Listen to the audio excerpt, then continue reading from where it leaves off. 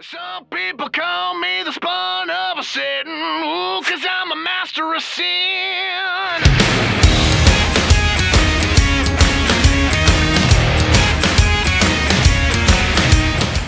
Hey guys, Gun Porn Media here, one more time for the night.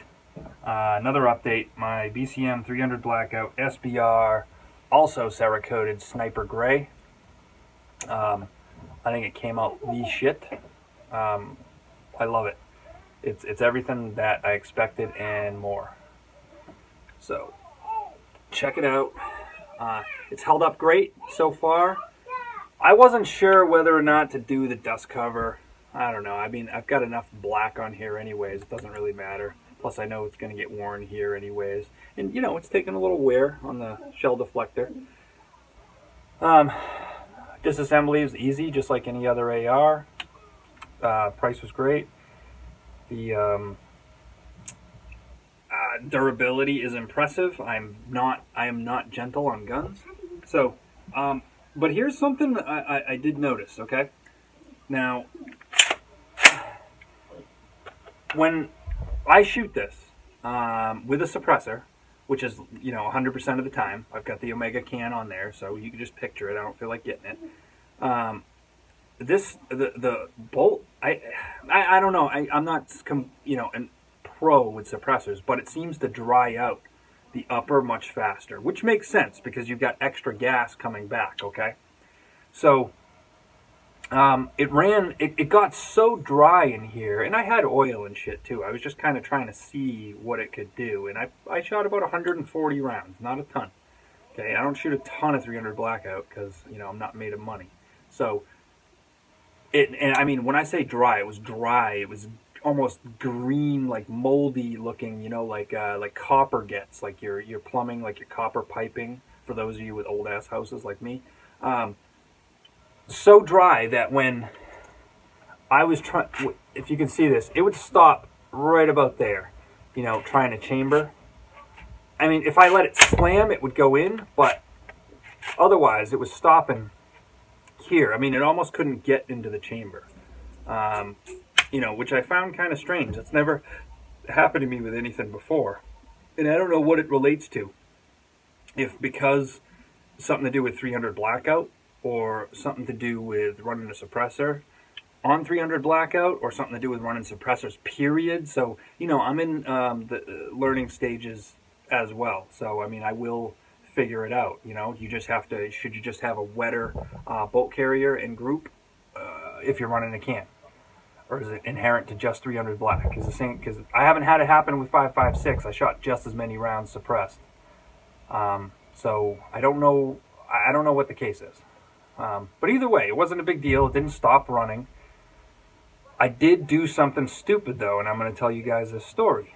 So we all have maybe heard a story of somebody chambering the wrong round into a 300 Black, like chambering a 5.56 in this, or chambering a, you know, having something explode or whatever. Okay, so I'm very careful. I only use certain magazines, though they work for 5.56 and 300 Blackout. I have certain Lancer magazines marked 300 Black, and I only use those for 300 Black. So that's how I do it. And half the time when I go shooting, I bring this and no 5.56 gun, or I bring just the 5.56 gun and I don't bring this. So I'm that anal. So we went shooting with a bunch of us, and you know, it was kind of like a bring all your favorite guns, show it off. If people want to shoot your guns, let them try. Maybe they want, you know, maybe someone's been thinking about buying something like this. They want to see what it's like shooting it, or the MPX, or whatever. So it was a cool thing, you know. So I wanted to bring as much as I could. So what happened was I'm shooting. So this is the story. I'm shooting, and then all of a sudden, click, nothing. And I see that the round's not seated all the way in the chamber. It's back, like I was talking about, right? So I eject it. Click. Nothing happens. I look, same thing. It's back here. Eject that one. Bang, bang, bang, bang, bang. Finish off the magazine. Then I reach down on the ground to pick up the shell, you know, the rounds, to see if I could tell what was going on. And they're fucking 223 rounds. Okay, so I don't know if it's something that BCM does which, I mean, I'd love to say it is, and I could test it. I just don't want to do it in my house.